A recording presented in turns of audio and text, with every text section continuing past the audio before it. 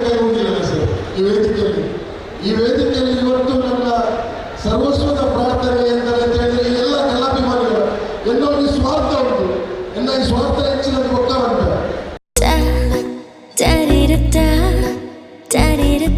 ನನಗೆ ಇಷ್ಟ ನಂದಿನಿ ತುಪ್ಪ, ಶುದ್ಧ ತುಪ್ಪ ಅಂದ್ರೆ ನಂದಿನಿ.